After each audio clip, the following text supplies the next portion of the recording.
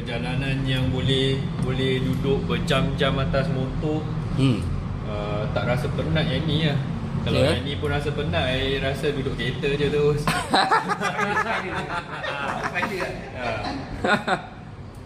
Oh, ada damper ni. Tu damper pun ada buat tu. Dua damper ah. Nampak tu? Motor ni bang. Dua lah. Sini satu, kanan satu. Wah, memang hebat lah. Allahu Akbar. Memang betul lah, harga pun mahal. Ini dua-dua ni ada heater grip kan? Heater grip. Ini speaker. Yes. Dengar lagi lagu. Ini leather seat. Tempat belakang stereo surround sound. Ini tempat apa? Pump petrol. Oh, pump petrol. Berapa liter? Tak silap saya 20 lebih liter. 20 lebih kan? Oh. Betul. Apa lagi?